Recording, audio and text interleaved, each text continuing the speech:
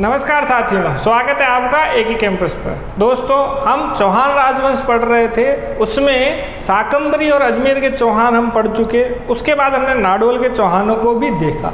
आज हम रणथंभौर के चौहानों के बारे में जानेंगे। रणथंभौर के चौहानों के बारे में मैंने बात बताई थी कि इनका संस्थापक कौन था? गोविंदराज, जो गोविंदराज पृथ्वीराज तृतीय के ही पुत्र थे।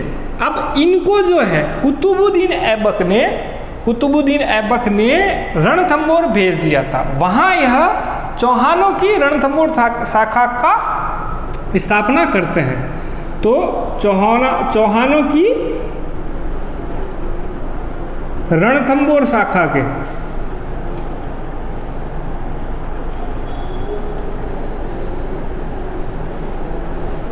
संस्थापक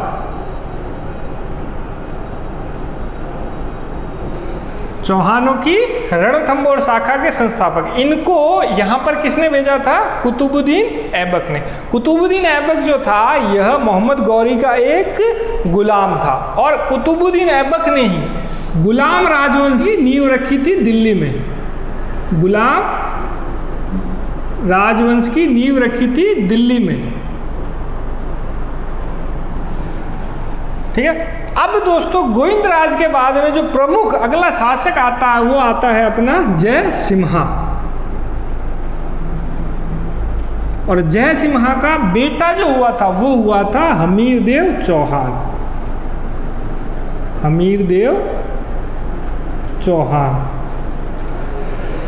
जो जय सिम्हा था, इसने अपने जीवन काल में ही अपने तीसरे बेटे हमीरदेव चौहान की क्षमताओं को परखा, जाना और इसे अपने जीवन काल में ही रणथंभौर का शासक घोषित कर दिया था। दोस्तों, हमीरदेव चौहान ने रणथंभौर को कीर्ति के शिखर पर पहुंचाया। इसके हठ को इतिहास में माना जाता है। इसके लिए एक कहावत भी है, तरिया तेल और हमीर हट, चढ़े न दूजी बार।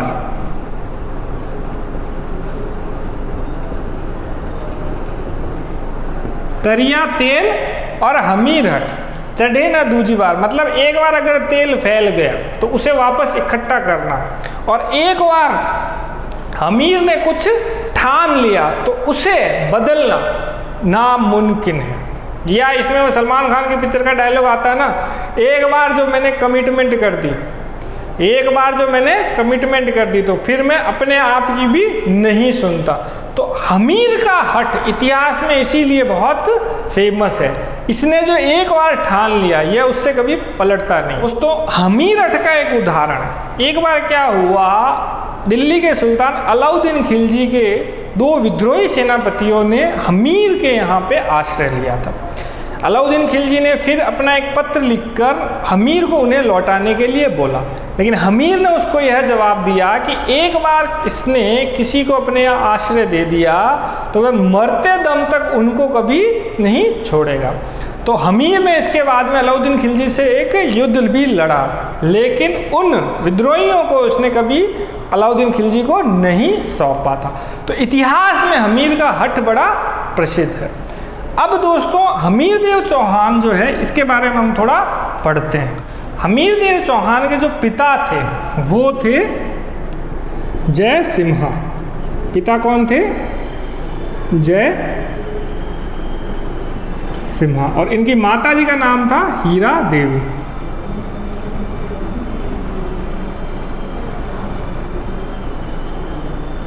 दोस्तों, इतिहास के अंदर क्या होता है, जो भी ऐसा वीर शासक होता है जिसने अपना एक मुकाम हासिल किया, उससे जुड़ी हुई हर छोटी से छोटी जानकारी जो है यह हमें ध्यान रखना बहुत ज़रूरी है। कई दफ़े पूछ भी लिया जाता है कि हमीर के पिता का नाम क्या था या हमीर की माता का नाम था क्या था, हमीर की माता का क्या नाम था। तो अब दोस्तों, इसकी जो पत्नी थी, पत्नी का नाम था रंग देवी, और इसकी पुत्री देवल दे। देवलदेह का एक और नाम था पद्मला। अब जब इसकी पुत्री हुई थी हमीरदेव चौहान की, तो रणथंभौर के किले में इसने एक तालाब का निर्माण करवाया था, जिसका नाम क्या रखा? पद्मला तालाब। अब ये पद्मला तालाब जो है ये इतिहास में जौहर के लिए बड़ा प्रसिद्ध है। हुआ क्या था, जब रणथंभौर के किले पर अलाउद्दीन खिलजी ने 1308 ईस्वी में, रणथंभौर के किले पर 1308 ईस्वी में अलाउद्दीन खिलजी ने जब आक्रमण किया था, उस समय वहाँ पर एक जल जौहर हुआ था, जो किस में हुआ था? पद्मला तालाब में। राजस्थान का एकमात्र जल जौहर, एकमात्र जल जौहर जो किस में हुआ है? पद्मला तालाब में। वो किया किसने था? हमीरदेव चौहान की पत्नी रंग देवी ने। तो यह तालाब जो है यह जल जौहर के लिए जाना जाता है। राजस्थान का एकमात्र जल जौहर 1308 ईस्वी में हुआ था। अब दोस्तों एक बात महत्वपूर्ण आती है कि इतिहास में हमीरदेव चौहान की जो हमें जानकारी मिलती है यह किन किन से मिलती है। इसके जो प्रमुख स्रोत है, जानकारी के स्रोत, सबसे पहला आता है अपना हमीर महाकाव्य।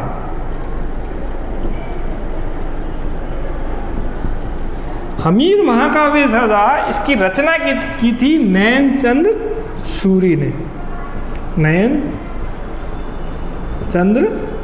सूरी ने। इसके बाद एक और इसका फेमस ग्रंथ आता है हमीर रासो।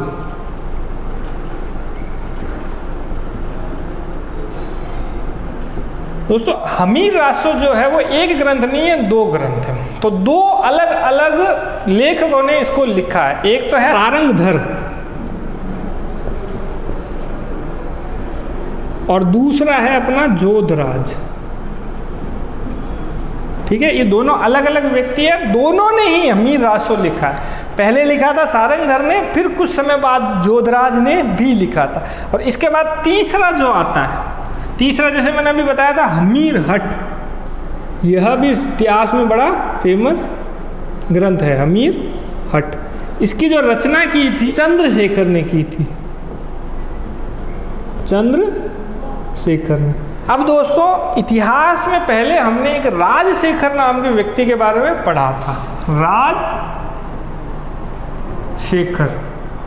अब राजशेखर के बारे में आपको याद है, यह गुर्जर प्रतिहार राजवंश का एक प्रमुख साहित्यकार था। इसने किसके दरबार में महत्वपूर्ण ग्रंथ लिखे थे? आपको अच्छे से याद होगा, याद नहीं है तो एक बार थोड़ा सा रिवाइज करो। दोस्तों पढ़ना बहुत ज़रूरी है, पढ़ने के साथ में उससे भी ज़्यादा ज़रूरी है रिवाइज करना। कोई भी चीज़ आप एक बार पढ़ लेते हो, एक बार वीडियो देख लेते हो, तो उसको वीडियो को वापस देखो। जिस समय रिवीजन करोगे ना, उस समय चीज़ें और ज़्यादा स्पष्ट होगी। पहली बार देखने से क्या होता है कि चीज़ें हमें पता लगती है, दूसरी बार देखने से क्या होगा, अच्छे से समझ में आएगी। फिर बैठ के खुद उसको याद करो। रिवीजन करने से ही चीज़ें रिवीजन करने से ही चीज़ें हम क्या बेहतर तरीके से कर पाते। तो रिवीजन जो है ये सबसे महत्वपूर्ण है। तो राजशेखर जो था यह महेंद्रपाल प्रथम के दरबार में था और इसकी प्रमुख रचना कौन सी थी? काव्य मीमांसा। और दूसरी कौन सी थी? विद्वसाल भंजिका। तो ये इनकी प्रमुख रचनाएं थी। राजशेखर किसके दरबार में थे? महेंद्रपाल प्रथम। और इनकी प्रमुख रचनाएं कौन सी है? काव्य मीमांसा और विद्वसाल भंजिका, ये याद रखना। तो हमीर हट की रचना किन्होंने की थी? चंद्रशेखर ने। अब दोस्तों इनकी जो दिग्विजय नीति उसके बारे में थोड़ा जानते हैं।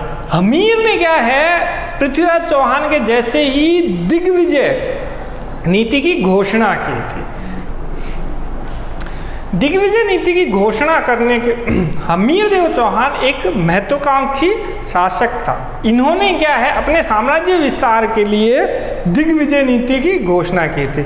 और यह नीति घोषणा करने के बाद में इन्होंने एक सैनिक अभियान शुरू किया, जिसमें सबसे पहले ये चित्तौड़गढ़ के समर सिंह को हराया। फिर वहां से गए आबू, आबू के शासक को हराया। आबू से गए वर्धनपुर, वर्धनपुर से चंपा, चंपा से इन्होंने त्रिभुवनपुरी, त्रिभुवनपुरी से आए यह पुष्कर, और पुष्कर से वापस कहां आए? रणथंभौर। तो दोस्तों इन्होंने एक अभियान की शुरुआत की थी जिसमें सबसे पहले चित्तौड़गढ़ के शासक समर सिंह को हराया। फिर इन्होंने किस पे कब्जा किया? आबू पे। आबू के बाद वर्धनपुर पे, वर्धनपुर से चंपा, चंपा से त्रिभुवनपुरी, त्रिभुवनपुरी से पुष्कर, और पुष्कर में इनका अभियान पूरा होकर ही वापस कहाँ आए? रणथंभौर। तो इन्होंने उत्तर पश्चिम के सभी शासकों को, उत्तर पश्चिम के सभी शासकों को अपने अधीन कर लिया था। जब इन्होंने यह अभियान पूरा किया, यह अभियान पूरा करने के बाद में इन्होंने अपनी दिग्विजय की घोषणा करने के लिए एक यज्ञ का आयोजन करवाया था, कोटि यज्ञ। कोटि यज्ञ क्या होता है दोस्तों? जैसे अश्वमेध यज्ञ होता है, अश्वमेध यज्ञ, अश्वमेध यज्ञ क्या होता है कि कोई भी शासक जो अपने दिग्विजय होने की घोषणा करता है, अपने चक्रवर्ती सम्राट होने की घोषणा करता है, तो उसके लिए वो अश्वमेध यज्ञ का आयोजन करवाता है। ऐसा ही एक और यज्ञ होता है कोटि यज्ञ। कोटि यज्ञ में क्या होता है कि व्यक्ति अपने दिग्विजय होने की घोषणा करता है। तो हमें ये ध्यान रखना है कि दिग्विजय होने के बाद में हमीरदेव चौहान ने कौन से यज्ञ का आयोजन करवाया था? तो कौन सा यज्ञ है ये? कोटि यज्ञ। दोस्तों जब हमीर चौहान कोटि यज्ञ आयोजन करवा रहा था उस समय इसके सामने दिल्ली से एक चुनौती आई थी खिलजियों की,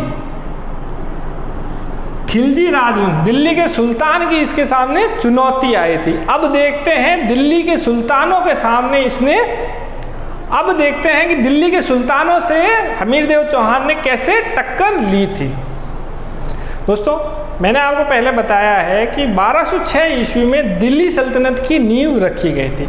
दिल्ली सल्तनत की नींव रखने वाला पहले कौन था? गुलाम वंश, गुलाम वंश। गुलाम वंश के बाद में दिल्ली सल्तनत पर शासन करने के लिए कौन आता है? खिलजी वंश। अब ये जो खिलजी थे इनका राजस्थान के शासकों से बड़ा प्रेम था। पहले आया था इसमें महत्वपूर्ण जलालुद्दीन खिलजी। जलालुद्दीन खिलजी के बाद में इसी का बेटा आया था अपना अलाउद्दीन खिलजी। जो अलाउद्दीन खिलजी जो था दोस्तों, इन खिलजियों का राजस्थान के शासकों से बड़ा प्रेम था। इन्होंने हर बार ये कोशिश की थी कैसे राजस्थान के शासकों को हराए। तो इसमें पहला जो था, पहला महत्वपूर्ण शासक वो हुआ था जलालुद्दीन खिलजी, और इसके बाद आता है अलाउद्दीन खिलजी। अलाउद्दीन खिलजी जो है दोस्तों, इसने 3 जगहों पे आक्रमण किया था। इसने रणथंभौर पे आक्रमण किया, इसने जालोर पे आक्रमण किया, और इसने मेवाड़ पर भी आक्रमण किया था। तो हम इसको देखेंगे दोस्तों, लेकिन पहले हम आते हैं जलालुद्दीन खिलजी पर। जलालुद्दीन खिलजी ने 1290 ईस्वी में रणथंभौर पर विजय प्राप्त करने के लिए एक अभियान की शुरुआत की और झाई के किले को अपने अधीन कर लिया। झाई के किले को अपने अधीन कर लिया। अब झाई का जो किला है इसे रणथंभौर की कुंजी के नाम से जाना जाता है। रणथंभौर की कुंजी। जो भी विद्रोही शासक जो रणथंभौर पे कब्जा करना चाहता है तो पहले उसको कहाँ कब्जा करना होता था? झाई पर। अब झाई पे कब्जा करना बड़ा आसान था। झाई का जो दुर्ग था बहुत ही समतल मैदान पे था और बहुत आसानी से इसको अपने अधिकार में ले लिया जाता था। अब रणथंभौर का जो दुर्ग था, राजस्थान के अंदर रणथंभौर का जो दुर्ग है ये अभिद्य किलों में आता था। अभिद्य किलों में। अब जैसा मैंने आपको बताया था कि पर्यटन की दृष्टि से राजस्थान के किले महत्वपूर्ण हैं। अब हम जो है राजस्थान के रणथंभौर के किले के बारे में थोड़ा जानते हैं। राजस्थान का रणथंभौर का किला जो है यह अभेद्य किलों में आता है।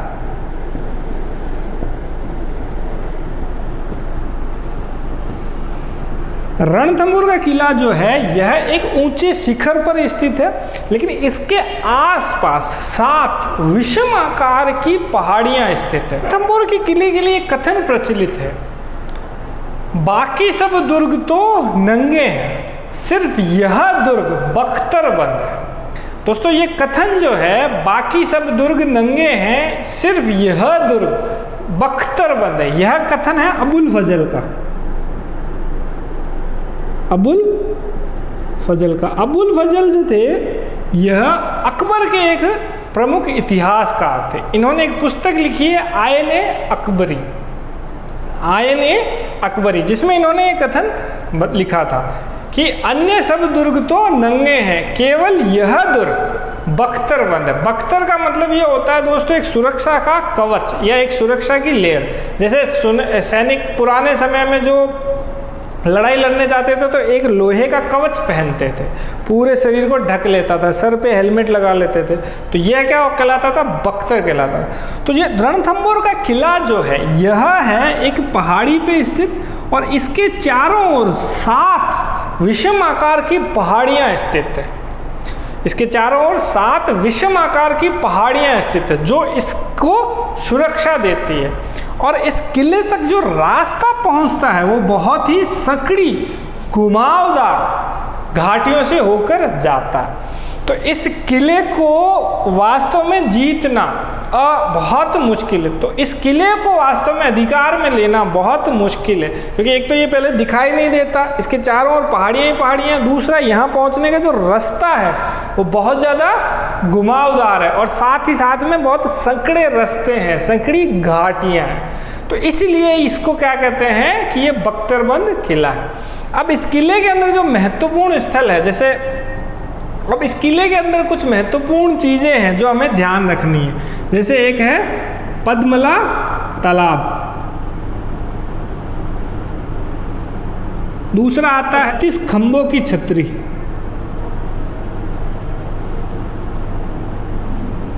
और तीसरा सबसे महत्वपूर्ण त्रिनेत्र गणेश मंदिर।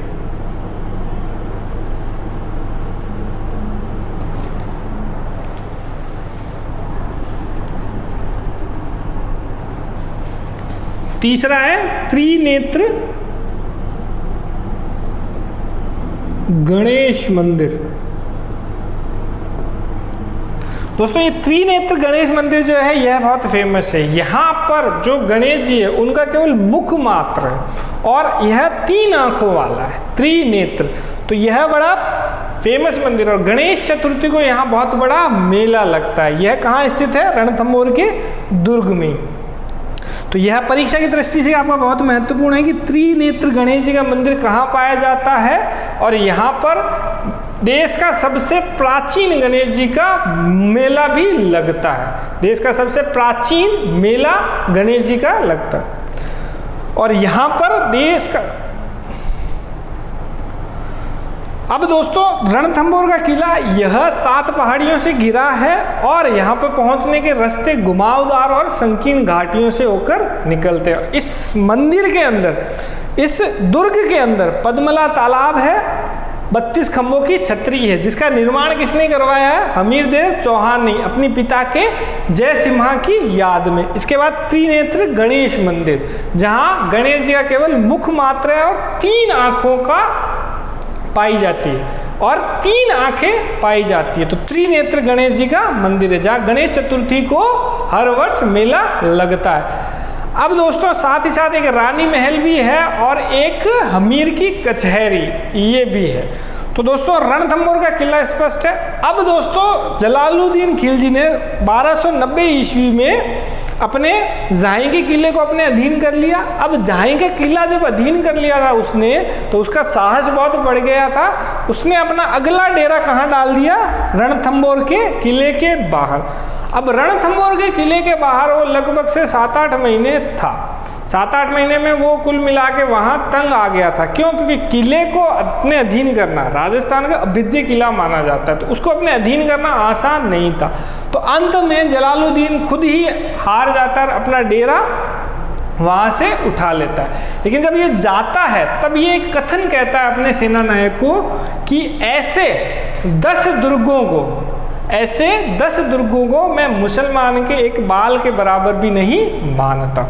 ऐसे रणथंभौर के 10 किलों को मैं मुसलमान के एक बाल के बराबर भी नहीं मानता।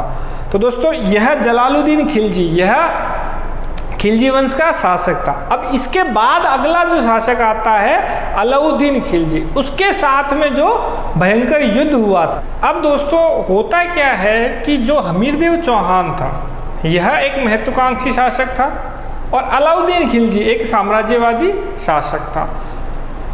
हमीरदेव चौहान ने अपने जीवन काल में 17 युद्ध लड़े थे। अपने जीवन काल में 17 युद्ध लड़े थे। उनमें से 16 युद्धों को उन्होंने जीता था और एकमात्र युद्ध वो जो हारे थे, एकमात्र युद्ध जो हारे थे, जो आखिरी युद्ध था, वो अलाउद्दीन खिलजी के साथ ही था। उस युद्ध के अंदर ये वीर गति को प्राप्त हो जाते हैं। अब दोस्तों हुआ क्या, दोनों महत्वाकांक्षी शासक थे। अब दोनों के हितों में टकराव होना बहुत स्वाभाविक था। ठीक है, अभी हमने देखा था कि हमीरदेव चौहान ने कोटि यज्ञ का आयोजन करवाया था। वो अपने आप को चक्रवर्ती सम्राट घोषणा करने वाले थे। तो ऐसी स्थिति में यह किसी की अधीनता कभी स्वीकार करेंगे नहीं। जबकि अलाउद्दीन खिलजी क्या था, यह अपने आप को हिंदुस्तान का बादशाह मानता था। यह चाहता था कि इसके सामने सब सर झुकाए।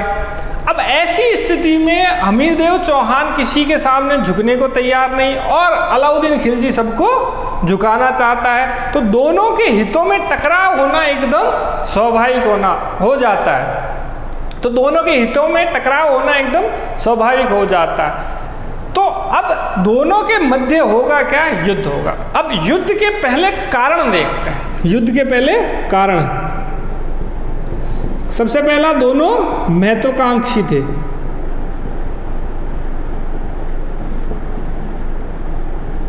दोनों महत्वाकांक्षी थे। इसके बाद दूसरा, अब हमीरदेव चौहान जो था, यह क्या था कि इसने अलाउद्दीन खिलजी को राज कर देना बंद कर दिया था।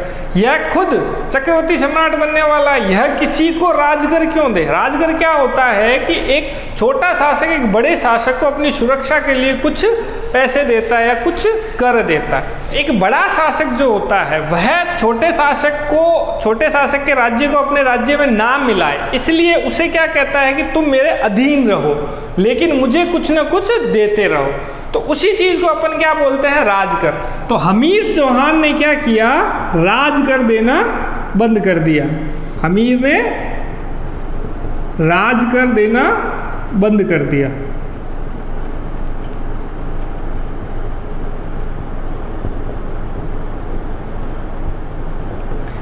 इसके बाद तीसरा एक कारण आता है जो सबसे प्रमुख कारण माना जाता है। वैसे ये भी प्रमुख है, लेकिन वो हुआ क्या था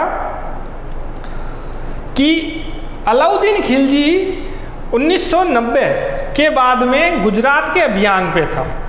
अब गुजरात के अभियान में गुजरात जीतने के बाद इनकी सेना के अधिकारियों में, इनके सेना नायकों के मध्य एक विवाद हो जाता है। गुजरात में जो भी लूटपाट इन्होंने मचाई उसको बांटने के लिए कुछ मंगोल सेना नायक अलाउद्दीन खिलजी के अफगान सेना नायक से भिड़ जाते हैं और इस कारण उनमें क्या हो जाता है, लड़ाई हो जाती है।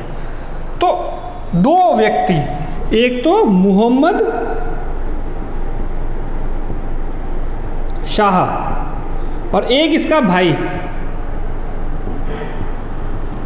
केह ब्रू, यह दोनों क्या है, विरोध कर देते हैं और अलाउद्दीन खिलजी की सेना को छोड़ के चले जाते।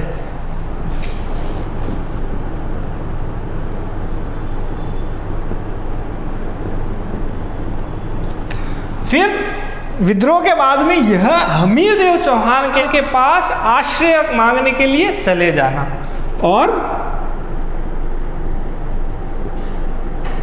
हमीर के पास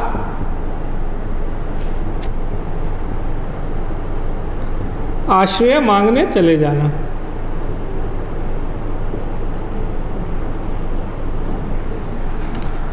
अब जब अलाउद्दीन खिलजी को पता चलता है कि उसके मंगोल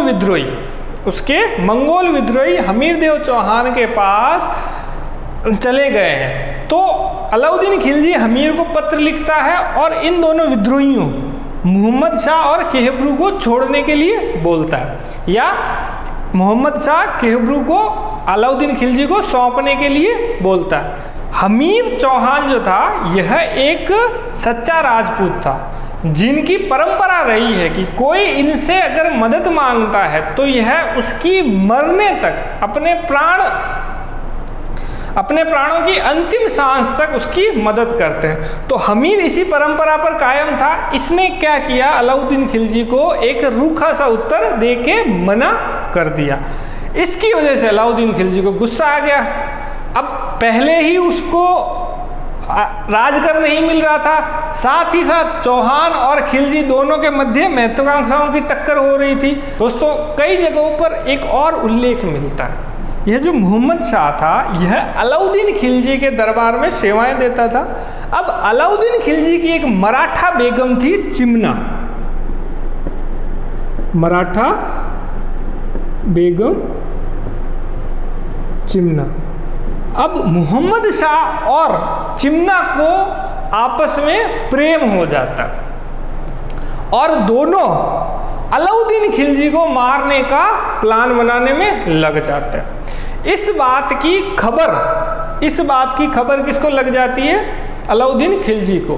अब अलाउद्दीन खिलजी को जब ये पता चल जाता है तो मोहम्मद शाह डर के मारे दिल्ली छोड़ के निकल जाता है। तब यह फिर हमीरदेव चौहान के पास जाके आश्रय मांगता है। दोस्तों, इसका उल्लेख हमें कहीं मिलता है, लेकिन मुख्य कारण जो है वह क्या माना जाता है कि मोहम्मद शाह और केहबरू यह किसके पास शरण के लिए आते हैं, हमीरदेव चौहान के पास। अब दोस्तों, होता क्या है कि अलाउद्दीन खिलजी इन कारणों को पर्याप्त मानता है और लड़ाई के लिए तैयार हो जाता है।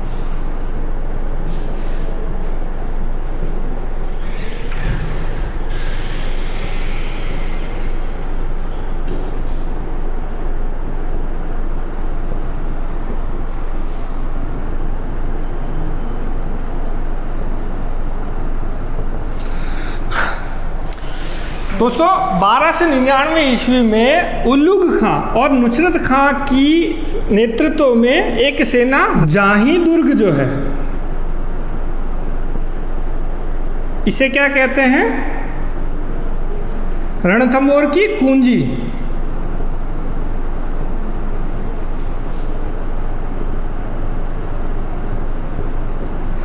तो पहले ये कहाँ चले जाते हैं, जाही दुर्ग। अब जाही दुर्ग में जब ये पहुँचते हैं तो हमीरदेव चौहान को पता चल जाता है, लेकिन हमीरदेव चौहान जो था उस समय अपने कोटि यज्ञ में थोड़ा बिजी था, तो वो अपने दो सेना नायकों को भेज देता है, धर्म सिंह और भीम सिंह को।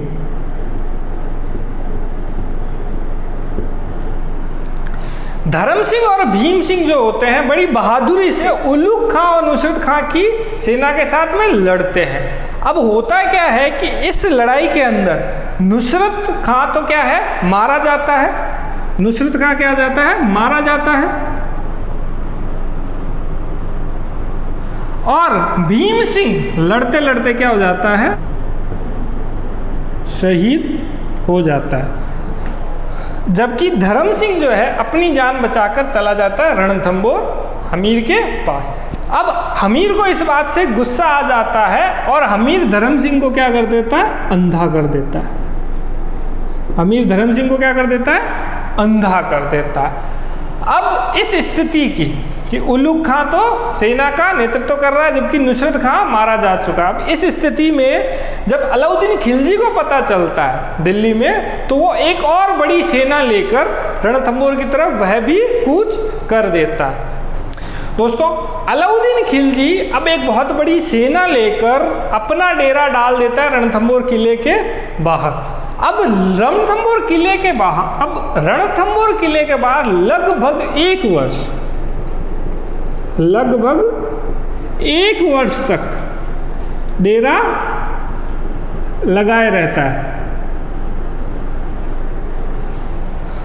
अब 1 वर्ष के बाद इतना समय होने के बाद में अलाउद्दीन खिलजी क्या है, परेशान हो जाता है। तो वो एक नया रास्ता निकालता है कूटनीति का। कूटनीति का रास्ता निकालता है। वह क्या करता है कि जो हमीरदेव चौहान के सेना नायक है, हमीरदेव चौहान के सेना नायक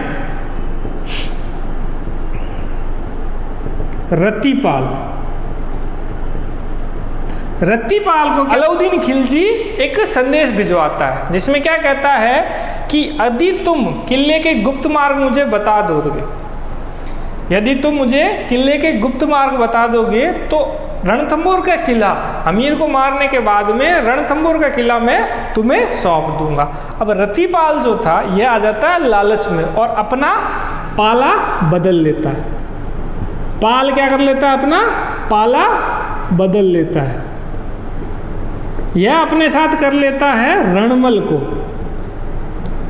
और किले के रणथंभौर किले के गुप्त रास्ते किसको बता देता है, अलाउद्दीन खिलजी को। उन गुप्त रास्तों से अलाउद्दीन खिलजी की सेना जो है वो किले में प्रवेश कर जाती। अब किले के अंदर लगभग 1 वर्ष से गेट बंद था। किले के अंदर धीरे धीरे खाने पीने की वस्तुओं की कमी होने लग जाती है। अब ऐसी स्थिति में अमीर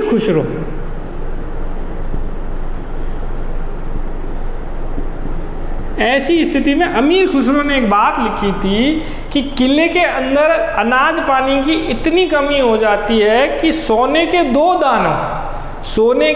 दानों के बदले चावल का 1 दाना भी नहीं मिलता है। तो ऐसी स्थिति में क्या होता है, हमीरदेव चौहान रणथंभौर किले के द्वार खुलवा देता है।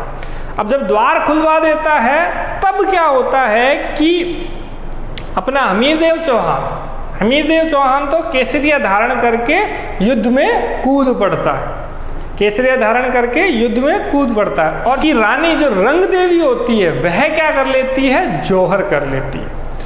तो दोस्तों अब क्या होता है, रणथंभौर किले में साका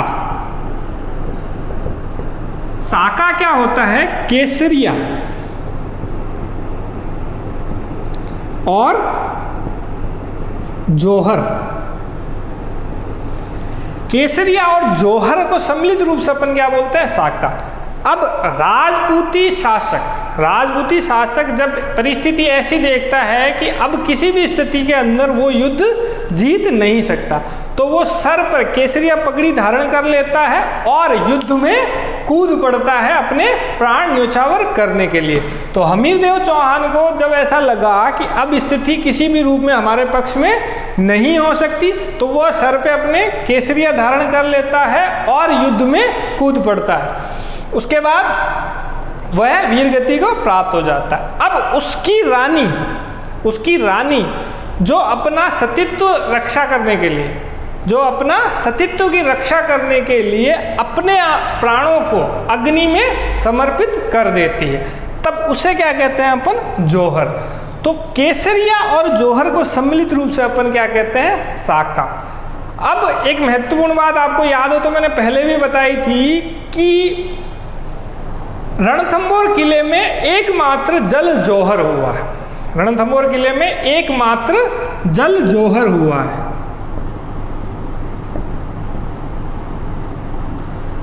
सामान्य तौर पर क्या होता है कि रानी अपना सतीत्व रक्षा करने के लिए अग्नि में अपने प्राण समर्पित करती है, जबकि यहाँ पर रानी रंग देवी जो थी वह रणथंभौर किले में स्थित पद्मला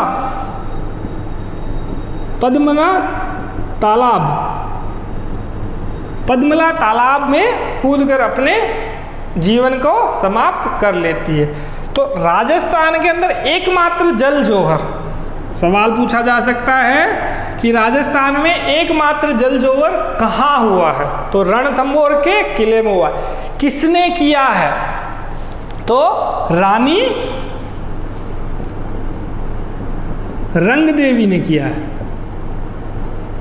किसने किया है? रानी रंग देवी ने किया है। और कब किया था? 1308 ईस्वी में किया था। कब किया था? 1308 ईस्वी में किया था। तो ये ध्यान रखना है। और किस जगह में किया था? पद्मला तालाब। इसमें यह भी पूछा जा सकता है कि यह कब किया था। कब में 1308 ईस्वी आ सकता है, और हमीरदेव चौहान और अलाउद्दीन खिलजी के युद्ध के समय किया था। ठीक है, तो रणथंबोर किले का साका, जिसमें हमीरदेव चौहान क्या कर लेते हैं? केसरिया कर लेते हैं, और रानी रंग देवी क्या कर लेती है? जल जौहर कर लेती है। तो इसी के साथ दोस्तों हमीरदेव चौहान का जीवन हो जाता है समाप्त। अब इसमें एक महत्वपूर्ण बात रह गई थी कि जो हम अमीर खुसरो, इस युद्ध का जो वर्णन हमें मिलता है, इस युद्ध का और इससे पहले का जलालुद्दीन खिलजी का जो युद्ध हुआ था हमीरदेव चौहान के साथ, उन दोनों का वर्णन हमें किस में मिलता है? अमीर खुसरो की एक पुस्तक मिफ्ताह उल फुतहू,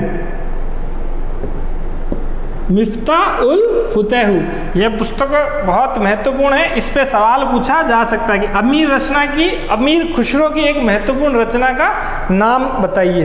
तो क्या है? मिफ्ताह उल फतेहू। अब इसकी एक और ऐसी ही रचना है खिजराइन उल फतेहू, खिजराइन उल फतेहू। अब ये मिफ्ताह उल फतेहू जो लिखी है वह तो लिखी थी जलालुद्दीन खिलजी के लिए, और ये खिजराइन उल फतेहू लिखी किसके लिए? अलाउद्दीन खिलजी के लिए। तो ये इसको हम इसे याद रख सकते हैं। अब इसके साथ में अलाउद्दीन खिलजी का एक और इतिहासकार था बर्नी। बर्नी ने एक पुस्तक लिखी थी तारीख़ फिरोज शाही। बर्नी ने कौन सी पुस्तक लिखी थी? तारीख़ फिरोज शाही। यह किसके जीवन पे लिखी थी? यह जलालुद्दीन खिलजी के जीवन पे लिखी थी। अब इन युद्धों का वर्णन भी इन पुस्तकों में मिलता है। अब दोस्तों एक और महत्वपूर्ण बात यह थी कि जब ये युद्ध समाप्त हो जाता है और 1308 ईस्वी में, 1308 ईस्वी जुलाई के अंदर अलाउद्दीन खिलजी रणथंबोर के किले पर कब्जा कर लेता है, तब अमीर खुसरो एक बात कहता है, कुफ्र का गढ़ आज इस्लाम का घर हो गया। कुफ्र का गढ़ आज इस्लाम का घर हो गया, मतलब काफिरों का घर, या उन लोगों का घर जो इस्लाम नहीं मानते, आज इस्लाम का घर हो गया। अब दोस्तों एक महत्वपूर्ण बात ध्यान रखनी है कि हमीरदेव चौहान के राजगुरु का क्या नाम था? राजगुरु का क्या नाम था? राघव देव। और इनके राजकवि का क्या नाम था? विजयादित्य। ठीक है दोस्तों, ये विजयादित्य वही व्यक्ति था जिसने वो कथन लिखा था, तिरिया तेल हमीर हट चढ़े ना दूजी बार।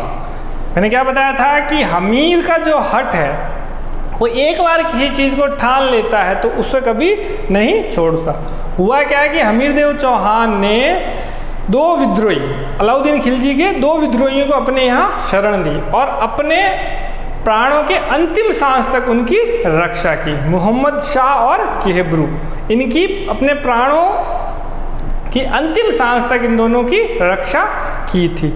तो दोस्तों यहाँ पर होता है अपना हमीरदेव चौहान खत्म, साथ ही साथ में जो अपना रणथंबोर के चौहान थे वह भी होते हैं खत्म। हमने सबसे पहले ये देखा था कि रणथंबोर की नींव किसने रखी थी। रणथंबोर में हमने सबसे पहले ये देखा था कि रणथंबोर में चौहान राजवंश की नींव रखी थी गोविंद राज ने। उसके बाद एक प्रमुख शासक आता है जय सिम्हा, और जय सिम्हा का पुत्र कौन था? हमीरदेव चौहान। अब हमीरदेव चौहान जो था यह अपनी कीर्ति के लिए जाना जाता है। इसका शासनकाल था दोस्तों 1280 से 1301 ईस्वी के मध्य। ये बात ध्यान रखनी है, 1280 से 1301 ईस्वी के मध्य। 1301 ईस्वी के अंदर यह वीरगति को प्राप्त हो जाता है और अलाउद्दीन खिलजी एक के रणथंबोर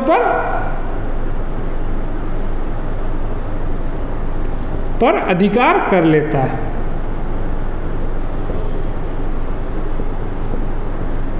दोस्तों हम अगला जो चौहानों की शाखा, अब दोस्तों हम चौहानों की अगली शाखा शिरोई शाखा पे आते हैं। यह भी परीक्षा की दृष्टि से हमारे बहुत महत्वपूर्ण है। दोस्तों सिरोही का प्राचीन साहित्यों में नाम क्या मिलता है? प्राचीन नाम अर्बुद नगर। क्या नाम है? अर्बुद नगर। और इसको कर्नल जेम्स टॉड ने क्या नाम दिया था?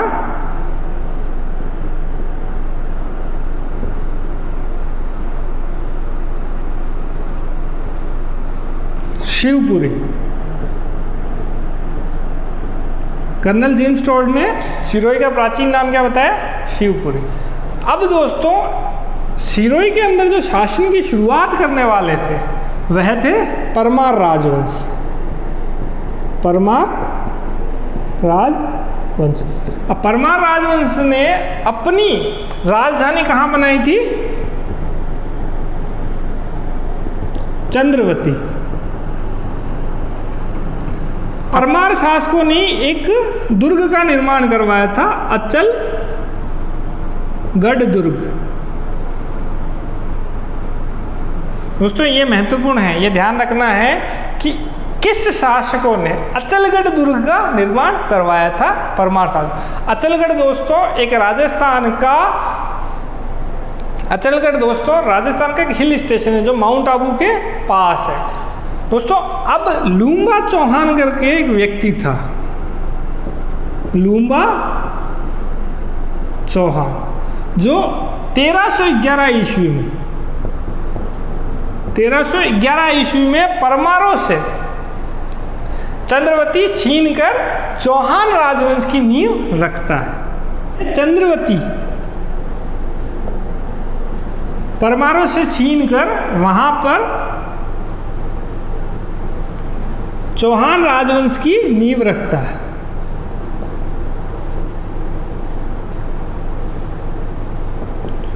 वंश की सिरोही शाखा की नींव रखता है।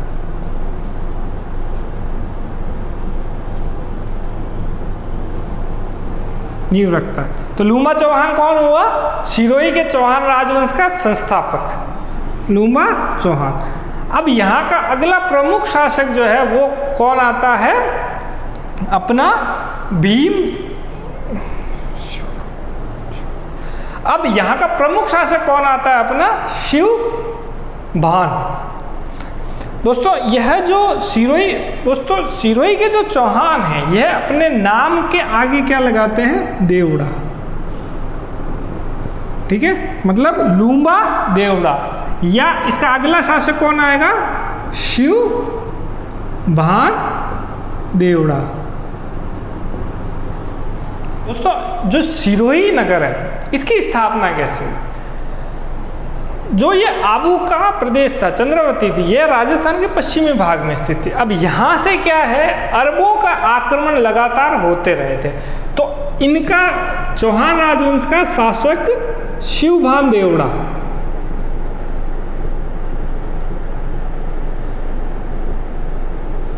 1405 ईस्वी में एक नई जगह अपनी राजधानी स्थापित करते हैं। यह चंद्रवती से राजधानी कहाँ ले जाते हैं? एक नए नगर शिवपुरी में, और वहां पर एक दुर्ग का निर्माण करते हैं श्रवणा की पहाड़ियों पर। श्रवणा की पहाड़ियों पर एक दुर्ग का निर्माण करते हैं, दुर्ग का निर्माण करते हैं।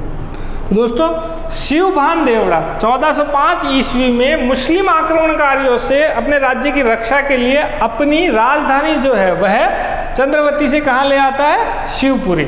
शिवपुरी के अंदर सरवणा पहाड़ियों पर एक दुर्ग का निर्माण करता। अब शिवभान देवड़ा के आगे पुत्र होते हैं सहसामल। सहसामल क्या करते हैं? 1425 ईस्वी में शिवपुरी के पास ही सिरोही नगर की नींव रखते हैं। सिरोही नगर की नींव रखते हैं, नींव रखते हैं या सिरोही नगर बसाते हैं। दोस्तों यह इसके प्रमुख शासक जो थे वो यही थे, एक लूम्बा चौहान, शिवभान देवड़ा, सहसामल। अब 1823 ईस्वी में 1823 ईस्वी में सिरोही राजवंश 1823 ईस्वी में सिरोही राजवंश ईस्ट इंडिया कंपनी के साथ में संधि कर लेता है। ईस्ट इंडिया कंपनी के साथ संधि कर लेते हैं। अब जो दोस्तों ये बात यहाँ ध्यान रखनी है कि ईस्ट इंडिया कंपनी के साथ संधि करने वाला सबसे आखिरी राजवंश कौन सा है? सिरोही राजवंश सबसे अंतिम राजवंश है। राजस्थान के अंदर अंग्रेजों ने अपना पैर रखा था 1803 ईस्वी में, जहां सबसे पहले भरतपुर द्वारा अंग्रेजी ईस्ट इंडिया कंपनी से संधि होती है और सबसे आखिर में किसके द्वारा होती है?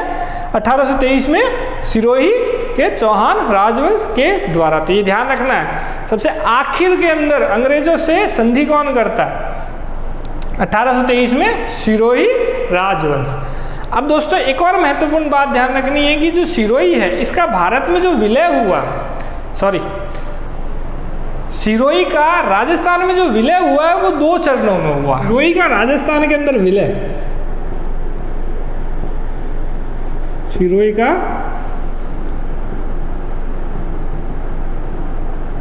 राजस्थान में विलय, यह 2 चरणों में हुआ था। पहला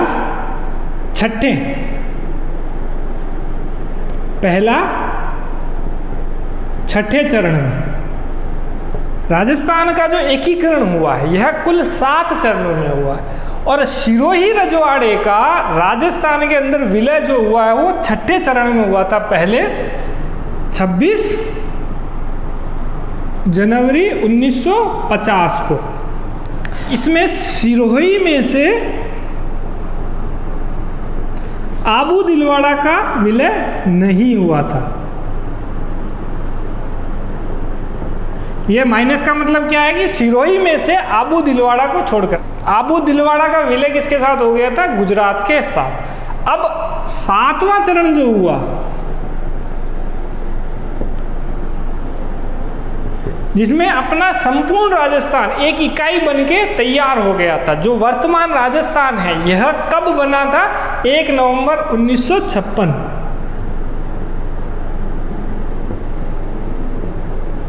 1 नवंबर 1956 में अपना जो वर्तमान राजस्थान है यह बनकर तैयार हो गया था। इस समय यह आबू दिलवाड़ा का विलय हुआ।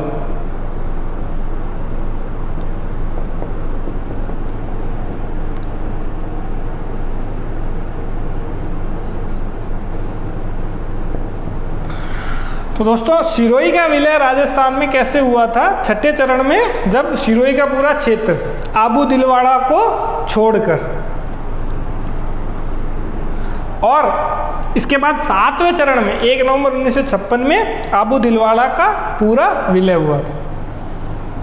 तो दोस्तों सिरोही का राजस्थान में विलय 2 चरणों में हुआ था। 6ठे चरण में सिरोही का पूरा क्षेत्र आबू दिलवाड़ा को छोड़कर, अब आबू दिलवाड़ा जो विलय हुआ राजस्थान में हुआ 7वें चरण में हुआ था। तो दोस्तों इसी के साथ अपना चौहान राजवंश होता है पूरा। आप हमसे ऐसे ही जुड़े रहें। आपका बहुत बहुत धन्यवाद।